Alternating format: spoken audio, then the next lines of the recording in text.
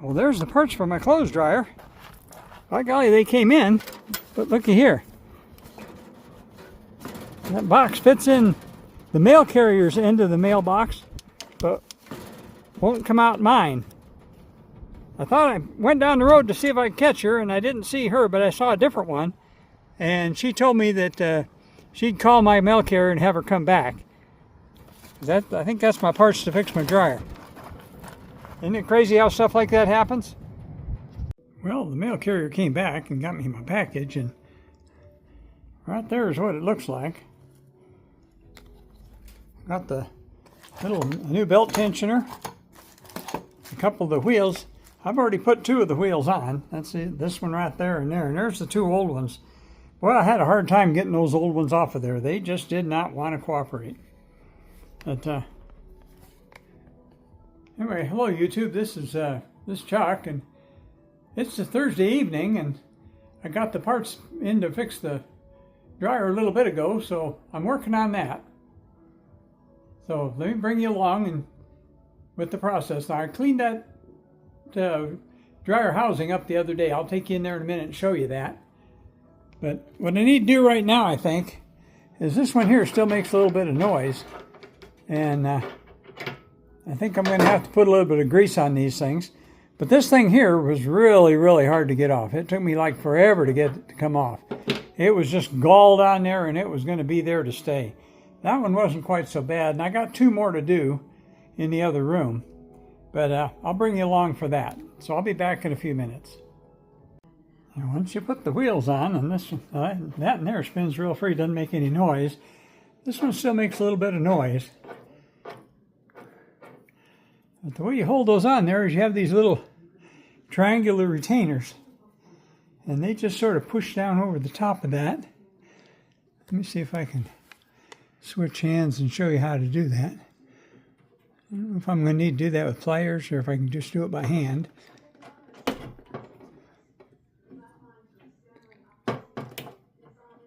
There's a groove down there on that shaft. Yeah, it looks like I'm going to have to do it by hand. It's probably going to take 2 hands. So I'll bring you back and show you when I'm done. Okay, that's what they look like with that little triangular retainer in place, and that's what holds them there. So there's that one. There's that one. And there's the 2 old ones that'll get thrown away. And there's the bag of goodies right there. So this front here now is done. It's ready to go back. It's ready to go back on the front of the washer when I get the drum put in there. I already got the new belt hung around the drum. That's the easy part. Now we're going to go in the other room and see how much trouble I'm going to have getting those other 2 rollers apart. These 2 were kind of a booger. They've been on there a long time.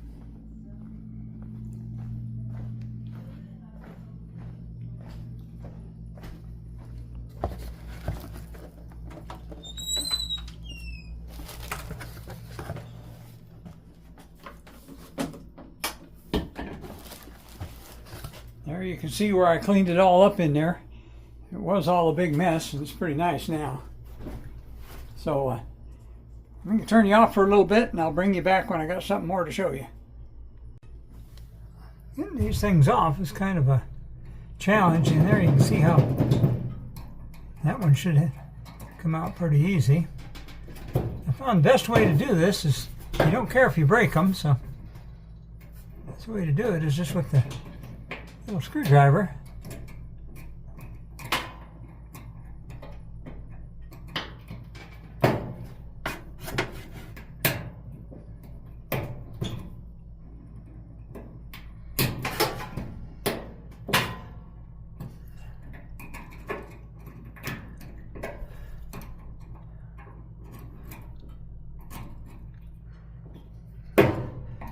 And do this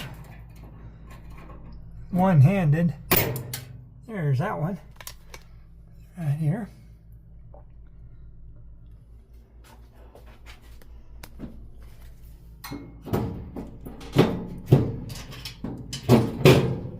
Ah, that was easy. I wish those other ones would have been that easy. Well, let's see if we can get this one off.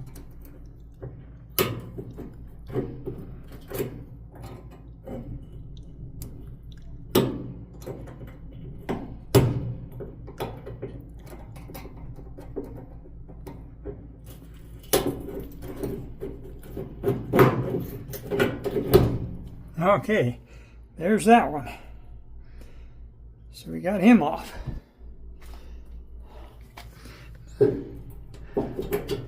Yeah, that's what I'm afraid of. That thing there is, he's going to argue with me, I'll bet you.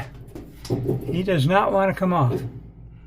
So I'm going to get in here first with the vacuum to try to get any of that built up black stuff, and then I'm going to have to shoot some penetrating oil on that one.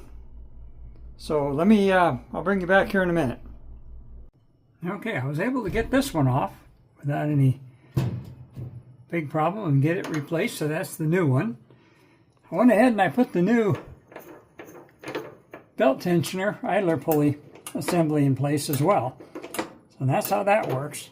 It just keeps the belt under tension. It's got an interesting little feature here, and I'll show you. Is it, see this little arm right here? Okay, well, when the belt's in tension, there's a little switch on that. And what that's for is if the belt were to break, then that pushes that little arm down, and that'll shut the dryer off. So that if it won't run without the belt running, or without the drum turning, or the belt running. So that's just a fail-safe feature if the belt breaks. Then you can see, of course, you can see the grooves there that line up with the grooves on the belt on the new one. This thing here has been quite a booger. And what I ended up doing is, if you look at this new one here, you see this metal ring around here? That's like a press thing. So I managed to pry that off of that one, and that allowed me to take this thing completely off. You can see the metal ring there on the other side, but look how bad that thing is all beat up in there. That obviously was bad and obviously needed to be replaced. But what that's going to allow me to do is that's going to allow me to get a pair of channel locks on this to give me some leverage. I'm going to have to back that off just a little bit here.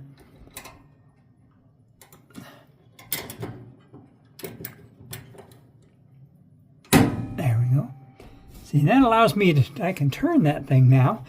And as long as I can turn it, I can work it back and forth eventually and get it off of there. I shot some penetrating, well, some PV blaster in there to try to loosen that up. But I think that's going to take a little bit of time. I'm just going to have to work at it. And I don't want to get real physical with it because I don't want to break anything. So I'm going to shut you off so that you don't hear my colorful language while I'm working on this. And I'll bring you back in a minute. Well, there it is. I got it off. Had to work at it quite a bit and had to work that penetrating oil into it. And even had to put a socket and ratchet on the back side of it there to hold it, because it was trying to turn that part. But I got it off now, so I'll clean it up and I'll put that new pulley on there, or that new wheel on there, and we'll be good to go. We'll be about ready to put that drum back in. So I'll be back in a minute. Okay, now both the new rollers are in there, and they're both in real good and real quiet. Okay, we got the new tensioner right there. So now, my friends, it's time to put the drum back in. So I'm going to set you back up here. You won't be able to see a whole lot, but I can show you a little bit.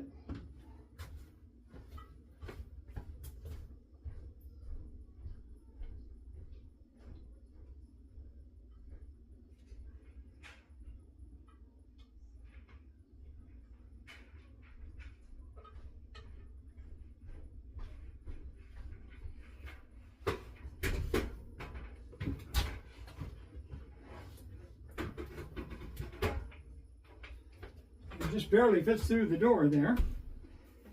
And when I picked it up, I got the built. There's not a whole lot to this except there is a front and a back, so you don't want to get it mixed up and put it in backwards. Just sort of slide it in like that. And then you can actually use the belt to lift it.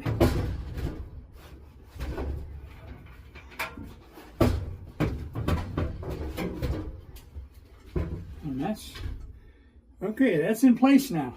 The next thing we're going to do is we're going to go get that front, put that front back on. And the way you do that is if you see these little screws right there, there's actually slotted things for those. There's one there, and there's one over here. And that front's actually slotted to hang on that.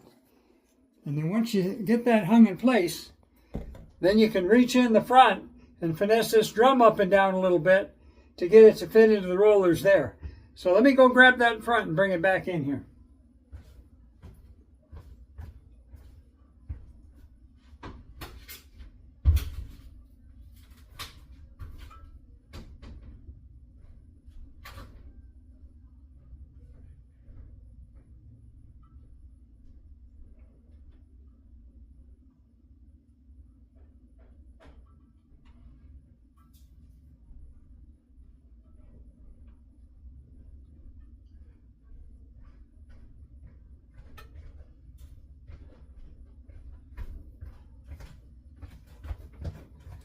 Well, this thing's kind of awkward to wrestle with here. And I got to get it, sit down here for a second so I can get it turned around. There we go.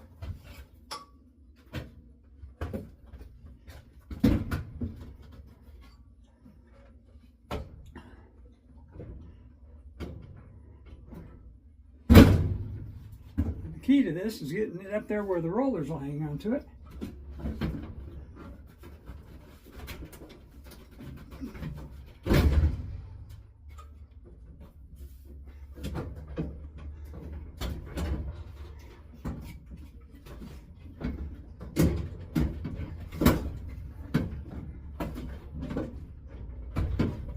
One side.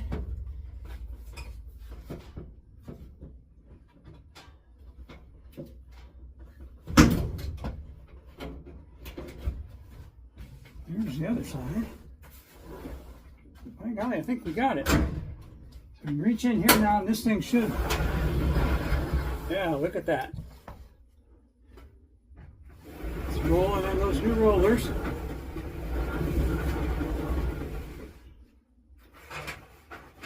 Won't do that once I go in there and tighten that belt up, but this is just telling us that we're in the right spot. We're on the rollers.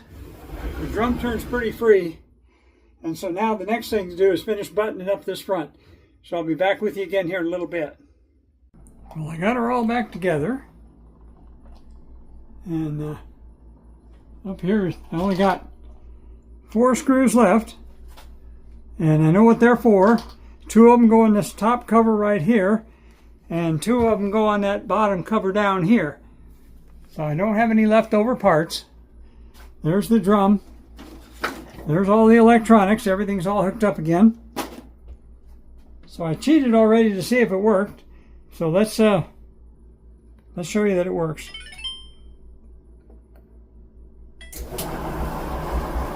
There it's going.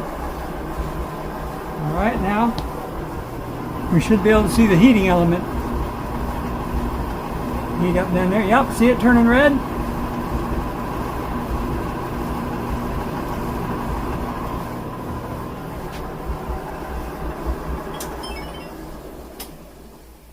Makes a little bit of noise right now, but you won't hear that as much when I put those covers back on, and that's all I got left to do. And then put all this paraphernalia back up on top of here. But I think I'm going to go ahead and end this one right here. This is part 2 of my dryer repair. As you can see, we were successful. We've got the thing working. And all I got to do is, like I say, put a couple covers back on. And